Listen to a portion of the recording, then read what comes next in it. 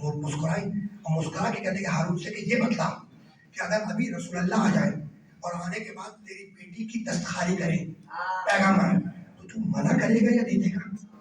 کہا فرزند رسول اس سے بڑا شرف کیا ہوگا کہ رسول مجھ سے بیٹی مانگے اور میں نہ دوں، یہ تو بہت بڑا فخر ہے، فوراً دوں گا۔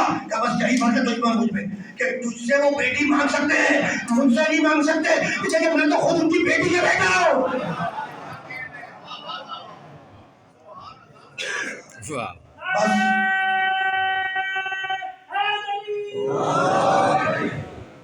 بس گفتگو تمام ہو گئی، گفتگو اس مرحلے میں تمام۔ یہی وہ بات تھی جو پھانس کی طرح ہارون کے گلے میں اٹک گئی اور اس نے طے کیا کہ اب موسی کاظم کو زندہ نہیں رہنے دوں گا، مختلف قید خانوں میں منتقل کیے گئے۔ جانتے ہو اپنے جد رسول اللہ کے روضے سے گرفتار کیے گئے، نانا رسول اللہ کے روضے سے گرفتار کر کے بغداد لائے گئے اور بغداد لانے کے بعد پھر امام کو بصرہ منتقل کیا گیا۔ بصرہ کا گورنر فضل ابن ربیع اس کی قید میں گئے۔ وہ فضل ابن ربیع امام کا چاہنے والا تھا، بصرہ کا گورنر تھا، قید خانے میں ڈالے گئے۔ ایک دن بصرہ کے گورنر فضل ابن ربیع اس کے پاس کوئی ملاقات کے لیے آیا۔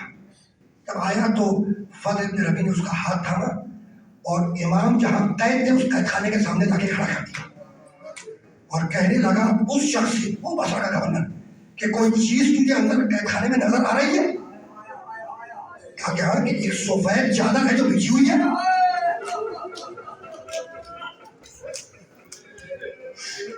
ایک سفید چادر ہے جو بچھی ہوئی ہے۔ کہا کہ یہ سفید چادر نہیں ہے، اس چادر کے نیچے موسی کاظم سجدے میں ہے۔ یعنی اتنے لہیب و لاغر ہو گئے تھے، اتنے کمزور ہو گئے تھے کہ جسم موسی کاظم اور چادر میں تمیز ناممکن تھی۔ وہ جو مہمان آیا تھا جس نے دیکھا موسی کاظم کو، وہ گیا بغداد اور اس نے جا کر ہارون سے شکایت کی، کہا کہ مجھے تیرا بصرہ کا گورنر ہے، وہ کاظم کا چاہنے والا ہے، موسی کاظم کا، اب امام کو بغداد میں قید کیا گیا ہے۔ بس تم نے گریا کیا باتیں بدل ہو گئی اور میں طویل مسائل نہیں پڑھوں گا۔ بصرہ سے امام بغداد کے قید خانے میں لائے گئے۔ جانتے ہو اس قید خانے کی تعریف کتابوں میں کیا لکھی ہے؟ ایک قبر کی طرح کھدی ہوئی جگہ تھی، ایک قبر کی طرح کھدی ہوئی جگہ تھی، یعنی اتنی تنگ جگہ کہ نہ انسان آرام سے لیٹ سکے نہ انسان آرام سے بیٹھ سکے۔ ارباب مجالس کہتے ہیں کہ جب امام سجدے سے سر اٹھاتے تھے تو سلاخوں سے سر زخمی ہوتا تھا، اور جب رات میں پہلو بدلتے تھے تو جو قبر میں سلاخیں تھی ان سے پہلو زخمی ہوتی۔ آئے اس قید میں آئے، کچھ دنوں کے بعد ہارون کو پتا چلا کہ وہاں کا بھی جو انتظام کرنے والا شخص ہے قید خانے کا، وہ بھی کچھ نرمی برت رہا ہے، کچھ نرمی موسی کاظم کے ساتھ۔ اب مقتل لکھتا ہے کہ اسے سندھی ابن شاہد نامی ایک ظالم کے سپرد کیا گیا۔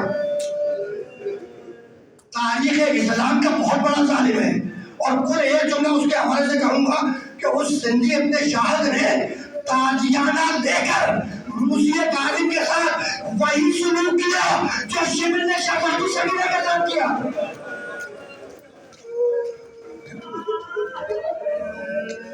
تازیانے پہ تازیانے پڑھتے رہے، لیکن ہر ساتھ میں کہتے رہے کہ پروردگار میں تیرا شکر گزار ہوں، میں تیرا شکر گزار ہوں۔ جانتے ہو امام کو زہر دیا گیا۔ وہ دن آیا کہ جب موسی کاظم کو زہر دیا گیا انگور میں بجھا ہوا، امام نے ایک دانہ انگور کا اٹھایا، جانور کے سامنے پھینکا، جانور کے کتے کے سامنے پھینکا، اس نے کھایا، وہیں پہ ہلاک ہو گیا۔ پھر ایک انگور کا دانہ اٹھایا اور یہ کہہ کر زبان اقدس میں رکھا کہ بسم اللہ الرحمن الرحیم انا للہ و انا الیہ راجعون، رضا بقضائہ و تسلیما لامرہ۔ یہ کہہ کر داہنے ہاتھ میں انگور کا دانا رکھ کر سر پر آبا ڈالی اپنے حجرے میں گئے، اور یہ کہہ کے گئے کہ کل 3 دن زندہ رہوں گا۔ یہ امامت بول رہی تھی، یہ عصمت کی زبان بول رہی تھی، کل 3 دن زندہ رہوں گا۔ ماتا لکھتا ہے کہ سندھی ابن شہاب نے علماء کو جمع کیا، بغداد کے اطراف کے جتنے علماء تھے ان کو سب کو جمع کیا، جمع کر کر لے کر آیا اس کا کھانے کے بعد جہاں امام قائم تھے، اور پکار کے ان سے کہنے لگا کہ تم لوگ گواہ رہنا کہ موسی کاظم اپنی بیماری میں دنیا سے رخصت ہو رہے ہیں۔ بہت بڑا ظالم ہے نا، بہت بڑا ظالم ہے، بہت بڑا۔ جیسے اس نے کہا علماء سے کہ تم لوگ گواہ رہنا کہ موسی کاظم اپنی طبعی موت چاہ رہے ہیں، اپنی بیماری میں رخصت ہو رہے ہیں۔ اسی لمحے میں موسی کاظم نے پکار کے کہا کہ پروردگار تو گواہ رہنا کہ اس نے مجھے زہر دیا ہے۔ ظالم ہے لیکن کانپنے لگا اور کہنے لگا فرزند رسول میں آپ کی بات کا انکار نہیں کر سکتا، میں آپ کی بات کا انکار نہیں کر سکتا، لیکن فرزند رسول مجھے اتنی تو اجازت دیجیے نا کہ آپ کے مرنے کے بعد میں آپ کو اپنے ہاتھوں سے غسل دوں، اپنے ہاتھوں سے کفن پہناؤں، آپ کے جنازے کا انتظام کروں۔ ایک مرتبہ جلال کے حالت میں کہنے لگے کہ میرا جنازہ اٹھانے والے ہیں، مجھے غسل دینے والے ہیں، تجھے کوئی حق نہیں ہے کہ میری تقریب میں مداخلت کرے۔ یہ کہہ کر غلام سے کہا کہ حجرے میں چل۔ غلام کہتا ہے کہ معصوم حجرے میں آئے، موسی کاظم حجرے میں آئے، اور ابھی آنے کے بعد فرش پر لیٹ گئے۔ ابھی چند ہی لمحہ گزرا ہوگا کہ ایک نوجوان بااعجاز آیا موسیٰ، اور آنے کے بعد موسی کاظم سے گلے لپٹ گیا اور گلے لپٹ کر رونے لگا۔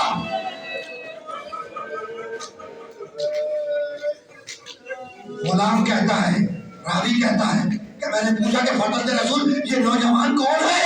کہا کہ یہ میرا بیٹا علی رضا ہے اور بااعجاز مدینے سے یہاں آیا ہے، کہیں مجھ کو غسل دے گا، کفن دے گا، جنازہ پڑھے گا۔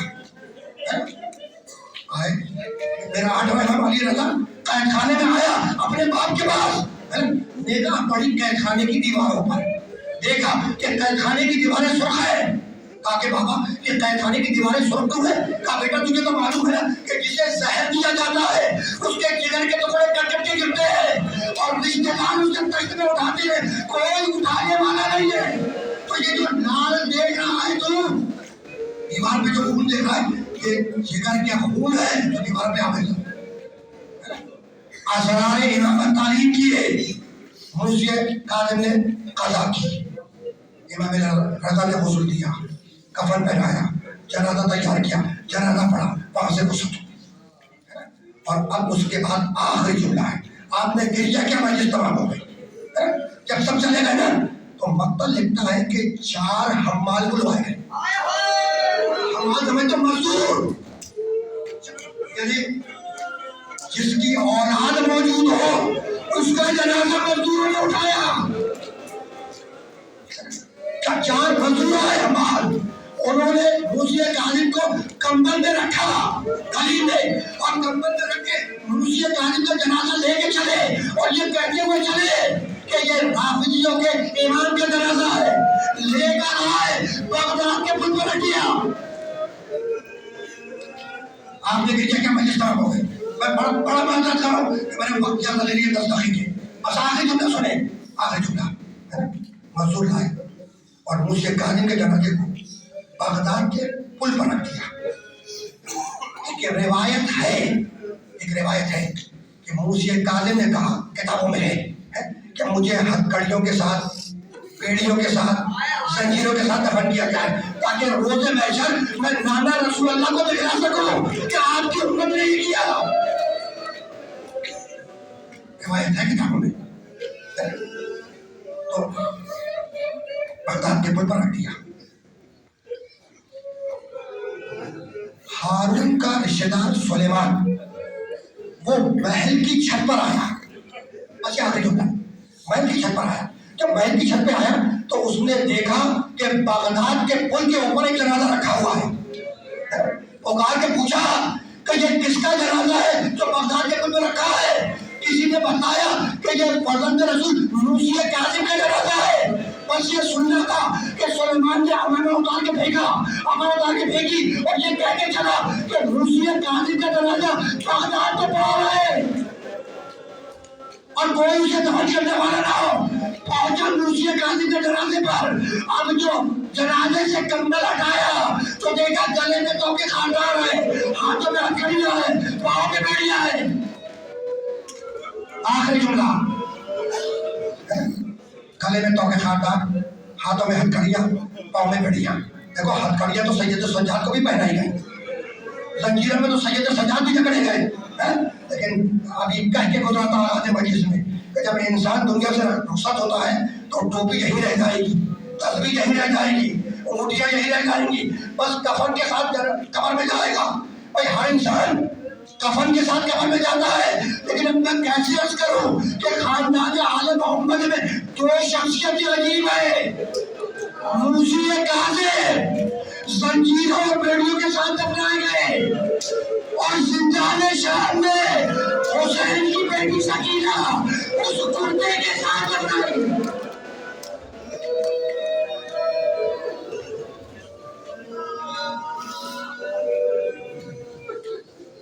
وَسَيَعْلَمُ الَّذِينَ ظَلَمُوا أَيَّ مَنْقَلَبٍ يَنقَلِبُونَ رَبَّنَا تَقَبَّلْ مِنَّا إِنَّكَ أَنْتَ السَّمِيعُ الْعَلِيمُ